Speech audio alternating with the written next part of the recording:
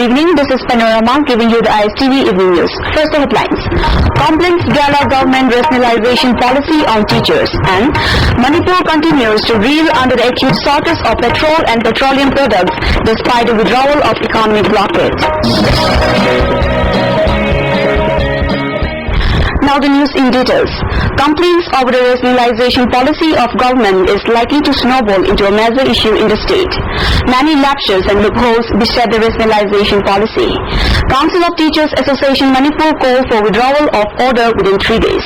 Student might launch various hesitations against the policy as the policy affects student, it said. The government issued the order before taking the convey order. The order has no personal copy. The court directed the teachers not to consider the transfer order until personal copy is received from the concerned authority. How the administration will continue when more than 90% of headmasters of junior, primary and high schools were transferred. The lapses of the policy includes among other transfer of teachers who have already been retired 2 years before. Those teachers who were on the verge of retirement will also be newly recruited and service period to extend to 61 years. Apart from its transfer order were given to the non-existent schools and far-off places for teachers who are going to retire hardly 3 months from now. More than 1,000 teachers were left out in the transfer order and new lists were also included in the list of teachers to make rooms for fake appointment.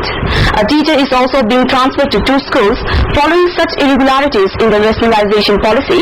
The Council of Teachers Association called for withdrawal of order within 3 days as it will not be workable and viable.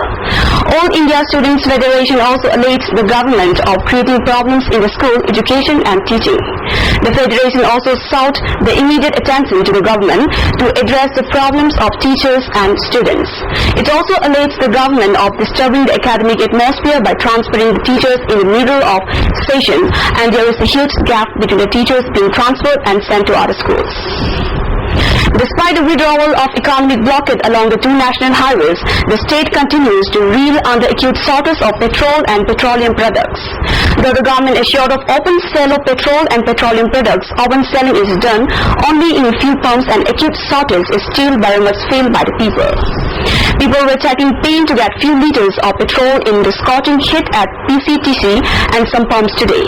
Despite petroleum products reaching the state in large number, regular supply of petrol is not met by the government.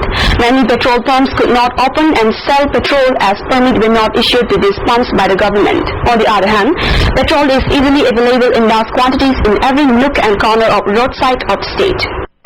ISTV Network and News, which has been taking a proactive role in response against HIV and AIDS pandemic, has been invited to attend the 10th AIDS Vaccine 2010 conference, which kicks off at CNN Center, Atlanta, US on 28th September this year. The Washington-based National Press Foundation, which has tied up with the organizers of the conference, has been given the chief editor of ISTV News, Yumnam Rupachandra, a media fellowship to enable him to attend the conference. He will be among 21 other media fellows to be given scholarship by the foundation. ISTV Network is also the only media organization from India to be selected for participation in this week conference. All fellows will also attend a media training ahead of the conference.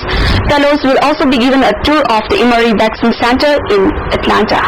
Over 1,000 people, including scientists, NGO workers, representatives of the pharmaceutical companies, media personnel and experts are expected to attend the conference to discuss, understand, exchange scientific findings and collaborate to find an effective defense against the HIV virus.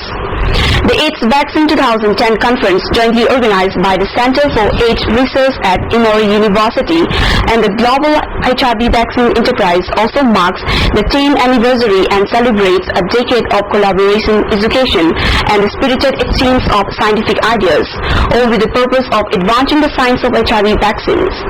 The conference will see hosts of speakers and experts talk on done in the field of AIDS vaccine and the challenges faced in developing and vaccine against HIV.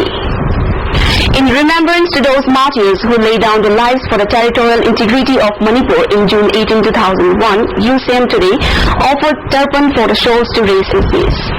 The turban was offered at the crematorium located at Kekupat, where the mortal remains laid to rest. UCM president, leaders of UCM, representatives from other civil society organizations and family members of the deceased person were present in the ceremony.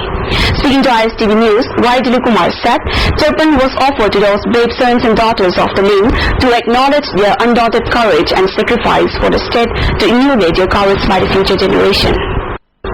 Reacting to the bomb attack at Kainur residence yesterday, UCM President Dilip Kumar informed that he talked to the mobile number written on a note and the party concerned alleged him that he was responsible for not giving an